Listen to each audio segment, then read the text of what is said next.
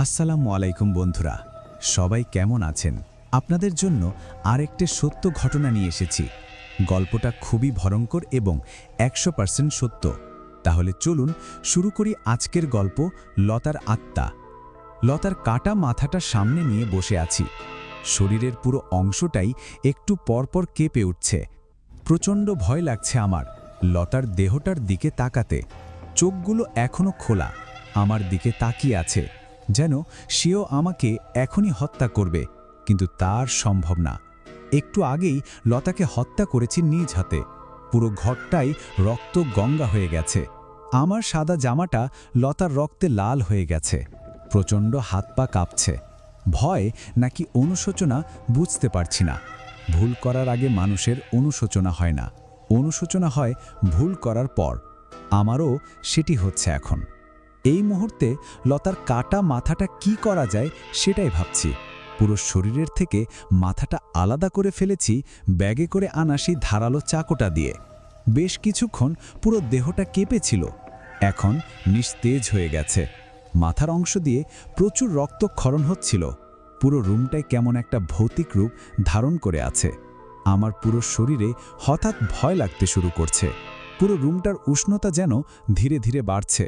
মানুষ স্বাভাবিক অবস্থায় মারা গেলে যতটুকু ভয় লাগে, খুন বা আত্মহত্যা হয়ে যাওয়ার পর ভয়টা অনেক গুণ বেড়ে যায়। লতাকে মারার পরিকল্পনাটা ছিল আমার বেশ কিছুদিন আগের। আমার সাথে ওর ভালোবাসার সম্পর্ক ছিল গত 2 বছর। আমাদের দুজনের বেশ কয়েকবার শারীরিক সম্পর্ক হয়ে গেছে ইতিমধ্যে, কিন্তু আমি কখনো চাইনি সে এই কথাটা কাউকে বলুক কিংবা কারো কাছে প্রকাশ করুক। কিন্তু লতা এই মুহূর্তে প্রেগনেন্ট। ও আমাকে না জানিয়ে এই কাজটা করেছে, আর এই ক্ষোভ থেকে লতাকে এই হোটেলে নিয়ে আসা ভুলিয়ে ভালিয়ে। রাগের মাথায় আমি যাই করি না কেন আমার হুঁশ থাকে না। লতাকে মারার সময় এই অপরাধ বোধটা কাজ করেনি, কিন্তু এখন করছে। নিজের মধ্যে খুব ঘৃণা হচ্ছে, তবে এই মুহূর্তে আমার নিজেকে বাঁচাতে হবে। লতার মৃতদেহটা যে কোনোভাবে সরিয়ে ফেলতে হবে। এই পুরো শরীর আর লতার মাথাটা কোনো ব্যবস্থা করতে হবে। লতার কাটা মাথাটা ফ্রিজে ঢুকিয়ে দিলাম, যদি বরফ জমে যায় তাহলে ব্যাগে করে নিয়ে যাওয়া যাবে। পুরো ঘরটাই রক্তে লাল হয়ে গেছে, রক্ত আর রক্ত। এই মুহূর্তে রক্তগুলো পরিষ্কার করতেও খুব ভয় হচ্ছে, কখন না জানি আবার কে চলে আসে। লতার দেহটা এখান থেকে বের করার কোনো উপায় নেই। হোটেল রুমের নিচে ম্যানেজার থাকে, যা করার এইখানি করতে হবে। রাতে পালিয়ে যাওয়া সম্ভব নয়, সবাই সন্দেহ করতে পারে। যা করার খুব দ্রুত করতে হবে, আর সকালের আগেই পালিয়ে যেতে হবে। লতার লাশটাকে টুকরো টুকরো করে ফেললে খারাপ হয় না। এই অংশগুলো না হয় বাথরুমে ফেলে দেওয়া যাবে, তবে মাথাটা কাটা যাবে না। এইটার অন্য কোনো ব্যবস্থা করতে হবে। এই মুহূর্তে আমার দমটা যেন বন্ধ হয়ে আসছে। কাল না হয় যাওয়ার সময় ব্যাগে করে কোথাও নিয়ে যাওয়া যাবে, তারপর না হয় কোথাও ফেলে দিব। হঠাৎ করে দরজায় কে যেন নক করল। টক টক টক। কে ওখানে? কে? কোনো শব্দ নেই। আবার টক টক টক। কে বললাম? কে ওখানে? বাইরের দরজায় কে যেন টুকু দিচ্ছে। সারা শরীরে রক্ত নিয়ে এই সময় কোনোভাবেই দরজা খোলা যাবে না। কে ওখানে? কে? সামনে এগিয়ে এসে দরজার সেফটি গ্লাস দিয়ে দেখছি, কাউকে দেখতে পাচ্ছি না। হঠাৎ, স্যার, আমি সুমন বলছি। স্যার, আপনাদের কি আর কোনো কিছু লাগবে? আমরা চলে যাব একটু পর। না না, আমরা ঘুমিয়ে পড়েছি, আর কিছু লাগবে না। ওকে স্যার, শুভরাত্রি। বাঁচা গেল। এই যদি ধরা খেতাম তাহলে তো শেষ। বসে বসে লতার দেহটা ছোট অংশ করছি। ভয়ানক একটি কাজ, খুবই ভয়ানক। মনে হচ্ছে শরীরের এক একটি অংশ যেন নেড়ে নেড়ে উঠছে। প্রচণ্ড ঘামছি, ঘেমে একাকার হয়ে যাচ্ছি। পুরো ঘরের সব রক্ত এক এক টুরে বাথরুমে নিয়ে গিয়ে ফেলছি। জমাট বেঁধে গেছে রক্তগুলো। পুরো শরীরের এত অংশ কোনোভাবেই যেন ঢুকতে চাইছে না ছোট্ট গর্ত দিয়ে। না, একটা কাজ করতে হবে, কোনো কিছু দিয়ে ঠেলে নিচে ঢুকিয়ে দিতে হবে। পুরো ঘরটাই ঘুরে আসলাম, তেমন কিছুই পাচ্ছি না। শেষমেশ হাত দিয়ে বাথরুমের গর্তটা এক একটা করে ফেলছি আর নিচের দিকে ঠেলে ঢুকিয়ে দিচ্ছি। সব ঢুকিয়ে দিয়েছি, আর কয়েকটা অংশ বাকি আছে। হঠাৎ করে প্রচণ্ড ঠান্ডা একটা হাতের স্পর্শ পেলাম। খুব জোরে হাতটা টান দিয়ে আনতে চাইছি, না, আনতে পারছি না। কেউ যেন ভেতর থেকে হাতটা টেনে ধরেছে, যেন আমাকে ভেতরে ঢুকিয়ে ফেলবে। শরীরের সব শক্তি দিয়ে ছাড়িয়ে নেওয়ার চেষ্টা করছি, না, পারছি না, প্রচণ্ড ব্যথা লাগছে, মনে হচ্ছে এক্ষুনি কেউ একজন হাতটা ছিঁড়ে নিয়ে যাবে, আর সহ্য করা যাচ্ছে না। রীতিমতো পুরো শরীরের সব রক্তই যেন চুষে খেয়ে ফেলছে, এমনই মনে হচ্ছে। মাথাটা ঘুরছে আমার। কেউ শুনলে শোনক, আমি আর্তনাদ করলে হয়তো কেউ এসে আমাকে বাঁচাবে এখান থেকে, নয়তো আর কোনো উপায় নেই। আমি অনুভব করতে পারছি এখানে লতা মারা যাওয়ার পরও অন্য একজন আছে। একটু পর পর নিঃশ্বাস নেওয়ার শব্দ শুনতে পাচ্ছি।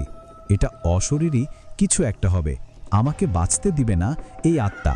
আমি চিৎকার করছি, প্রচণ্ড রকমের আর্তচিৎকার, কেউ বাঁচাও আমাকে, আমার হাত ছাড়ো, হাত ছাড়ো, আমাকে মুক্তি দাও। আমার হাতের কবজিটা যেন কেউ কড়মড় করে খেয়ে ফেলছে। শরীরটার সব শক্তি ধীরে ধীরে কমে যাচ্ছে।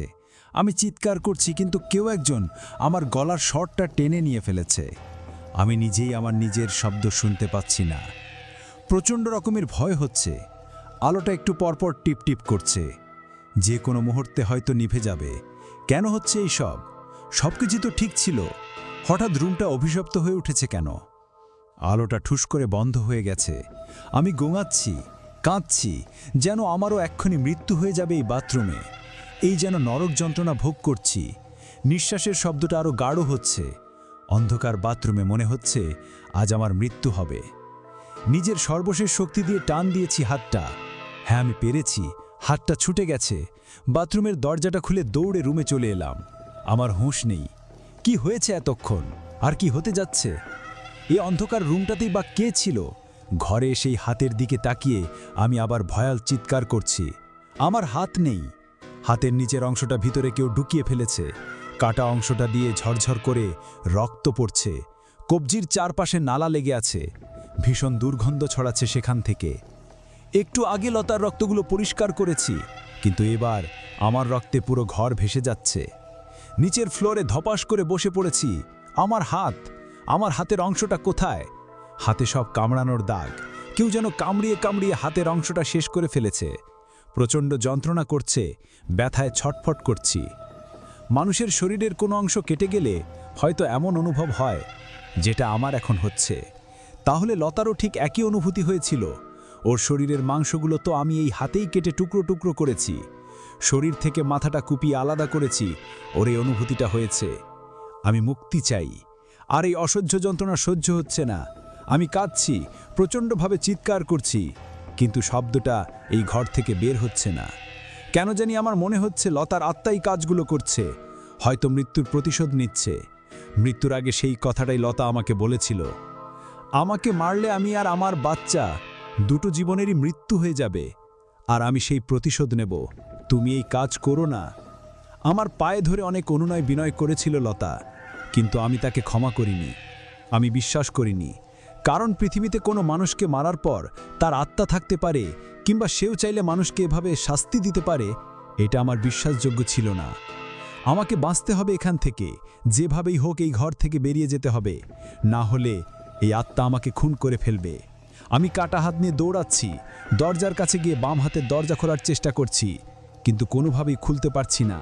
বাইরে থেকে কেউ যেন দরজাটা লাগিয়ে দিয়েছে। এটা তো সম্ভব না। দরজায় খুব জোরে জোরে লাথি মারছি, কিন্তু কিছুই হচ্ছে না। ঘরের কোনো জায়গা দিয়ে কোনো শব্দ হচ্ছে না। পুরো ঘরটাই কেন জানি নীরব নিস্তব্ধ হয়ে পড়েছে। প্রচণ্ড পানির পিপাসা লেগেছে আমার, যেন এই মুহূর্তে আমি মৃত্যুর কোলে ঢলে পড়ব। হাতের যন্ত্রণা খুব বাড়ছে।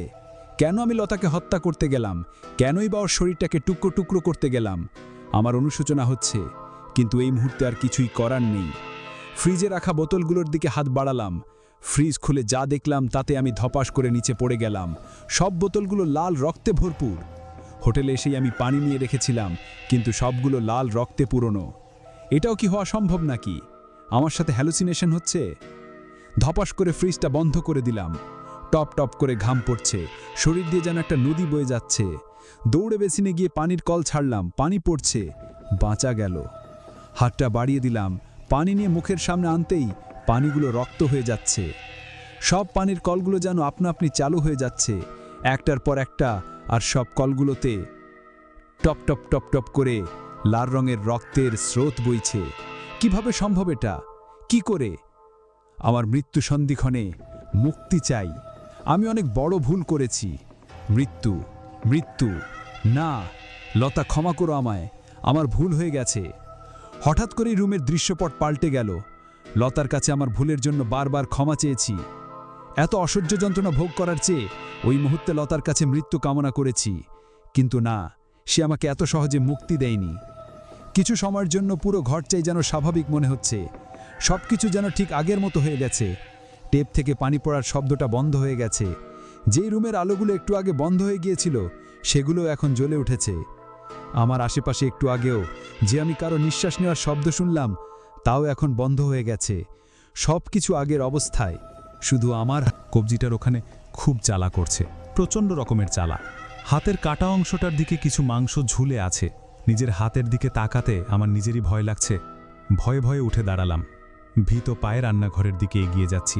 খুব ভয় লাগছে, তবে সৃষ্টিকর্তাকে ডাকছি বড় করে করে। আমার দিদার কাছে শোনা এসব অশরীরীরা নাকি এসব নাম ডাকতে শুনলে খুব ভয় পায়, সামনে আসতে পারে না। রান্নাঘর থেকে একটা কাপড় নিয়ে এসে আমার হাত থেকে পড়া রক্তগুলো মুছতে শুরু করলাম। লতার রক্তগুলো আগেই মুছে ফেলেছি, তবে আমার হাতের রক্তে পুরো মেঝে লাল হয়ে আছে। এক হাত দিয়ে কাজ করতে প্রচণ্ড কষ্ট হচ্ছে, তারপরও সব রক্তগুলো আস্তে আস্তে মুছে ফেলেছি। সাহস করে বাথরুমের দরজাটা খুললাম। না, কিছুই নেই এখন, সব কিছু স্বাভাবিক হয়ে গেছে। শুধু পুরো বাথরুমে প্রচণ্ড রক্ত পড়ে জমাট বেঁধে আছে। লতার শরীরের কাটা কয়েক টুকরো মাংস ও এলোমেলোভাবে ছড়িয়ে ছিটিয়ে আছে। ভয়ে ভয়ে সব টুকরোগুলো ভিতরে ফেলছি। সবগুলোই ফেলা শেষ। এবার টেপটা ছেড়ে ভালোভাবে পানি দিয়ে ধুয়ে দিতে হবে। টেপটা ছাড়তেই খুব ভয় লাগছে আমার। একটু আগেই এই টেপগুলো দিয়ে টপ টপ টপ টপ করে রক্ত ঝরেছে, তা ভাবতেই খুবই ভয় লাগছে। শরীরের লোমগুলো দাঁড়িয়ে গেছে। পুরো রুমের গরম অনুভূতিটা আগের চেয়ে কিছুটা কমে এসেছে। সাহস করে টেপের মুখে হাত রাখলাম, ঘুরিয়ে পানির টেপ ছাড়লাম। না, এখন সব কিছুই কেন জানি স্বাভাবিক মনে হচ্ছে। স্বচ্ছ পানি টেপ দিয়ে গুড়িয়ে পড়ছে। যাক, ভয়টা আর লাগছে না। পানি দিয়ে পুরো বাথরুমটাই পরিষ্কার করলাম। সব রক্ত ধুয়ে মুছে চলে গেছে। লতার মৃত্যুর আর কোনো চিহ্ন নেই, শুধু এই কাটা মাথাটা ছাড়া। আর এই মাথাটাও বাইরে ফেলা দেওয়া যাবে কাল সকালে। হয়তো আর কেউ জানবে না লতা আর তার বাচ্চার কি হয়েছিল। সব কিছুই ঠিক চলছিল। হঠাৎ করেই কোনো একটা শব্দ কানে আসছে, সম্ভবত রান্নাঘর থেকে। বিভিন্ন থালা বাসন হাত থেকে পড়ে দিলে কিংবা আছাড় দিলে ঝুনঝুন করে যে আওয়াজটা হয়, সেরকমই। যেন কেউ রান্নাঘরে আছে আর জিনিসগুলো এক এক করে নিচে ফেলছে। দৌড়ে বের হয়ে রান্নাঘরের দিকে এগিয়ে গেছি। না, তেমন কোনো কিছুই নেই, সব ঠিকঠাক। রান্নাঘরের জিনিসপত্রগুলো সব আগের জায়গায় রয়েছে। তাহলে আওয়াজটা কিভাবে আসলো? হয়তো পাশের কোনো রুম থেকে এসেছে।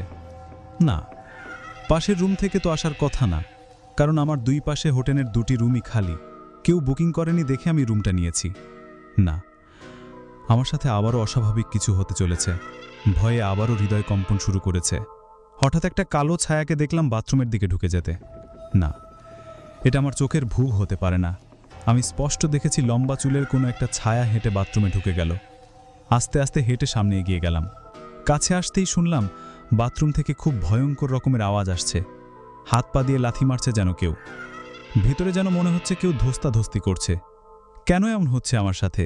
বিভৎস আওয়াজগুলো শুনেই দৌড়াতে শুরু করলাম। দরজার কাছে এসে অনেক জোরে জোরে ধাক্কাতে লাগলাম, আওয়াজ করতে লাগলাম, কিন্তু কোনো কাজ হচ্ছে না। কেউ আমার আর্তনাদ শুনতে পারছে বলেও মনে হচ্ছে না। ফ্রিজে রাখা লতার কাটা মাথাটা ধপাস করে নিচে পড়ে গেছে। ফ্রিজটা এভাবে খুলে যাওয়ারও কোনো কারণ নেই। আমি ভয়ে চিৎকার করে উঠলাম। এত উপর থেকে নিচে পড়ে মাথার বাম পাশটা থেতলে গেছে। একটা ফাটা চিহ্ন দেখতে পারছি কপালে। কোনো কিছু মুখ দিয়ে আওয়াজ আসছে না এখন আর। শুধু পুরো শরীরটা কাঁপছে আর অঝরে ঘামছি। সামনে গিয়ে মাথাটা তুলে ফ্রিজে রাখতে যাব, ভয়াবহ ঘটনাটা ঘটল ঠিক তখনই। লতার মাথার অংশ থেকে চোখ দুটো খুলে ফ্লোরে পড়ে গেল। পুরো মুখমণ্ডলটা দেখতে ভয়ঙ্কর লাগছিল। জীবনের শেষ মুহূর্ত যেন চলে আসলাম। পুরো ঘরটাই রীতিমতো ভয়ঙ্কর রূপ ধারণ করেছে। বাথরুমে কেউ যেন বসে বসে গুঙিয়ে গুঙিয়ে কাঁদছে। আলোগুলো একবার নিচ্ছে আবার জ্বলছে। লতার চোখহীন মাথাটা যেন ভয়ঙ্করভাবে আমার সম্মুখে পড়ে আছে। এত ভয়ঙ্কর আর ভৌতিকগুলো ঘটার এক পর্যায়ে আমি জ্ঞান হারাই। আমার আর কিছুই মনে নেই। শুধু সকালে যখন আমার ঘুম ভাঙে তখন লতার মাথাটা আমার পাশে পড়ে থাকতে দেখি। সকালে যখন জ্ঞান আসে, আলো দেখেই নিজের মধ্যে একটা অদ্ভুত রকমের সাহস চলে আসতে শুরু করে। আমার কাটা হাতের কবজির অংশটা এমনভাবে ব্যান্ডেজ করলাম যাতে কেউ বুঝতে না পারে। সকালে পুরো রুমটা ঠিক আগের মতোই পরিষ্কার করে ফেলি। সাথে আনা বিশাল ব্যাগটাতে লতার কাটা মাথাটা ঢুকিয়ে ম্যানেজারকে সব টাকা বুঝিয়ে দিয়ে ওই হোটেল ছাড়ি। ওই হোটেলের 3 তলার 302 নম্বর রুমটা লতার অতৃপ্ত আত্মার কারণে হয়তো অভিশপ্ত হয়ে পড়ে। ওই রুমে হয়তো লতার আত্মাটা এখনও ঘুরে বেড়ায়, নয়তো পানির ট্যাপ, নয়তো ফ্রিজ, নয়তো বাথরুমে। ওখানেই থাকা মানুষগুলোর সাথে এই ভয়ঙ্কর ঘটনাগুলো ঘটতে থাকে। বন্ধুরা, এই ঘটনাটি আপনাদের কাছে কতটুকু সত্য মনে হয়েছে কমেন্ট করে জানাবেন, আর চ্যানেলটি সাবস্ক্রাইব করবেন। এরকম আরও ভয়ঙ্কর গল্প পেতে বেল আইকনটি বাজিয়ে দিন। দেখা হবে পরবর্তী কোনো গল্প নিয়ে এর থেকে ভয়ঙ্কর। সবাই ভালো থাকবেন, সুস্থ থাকবেন। আল্লাহ হাফেজ।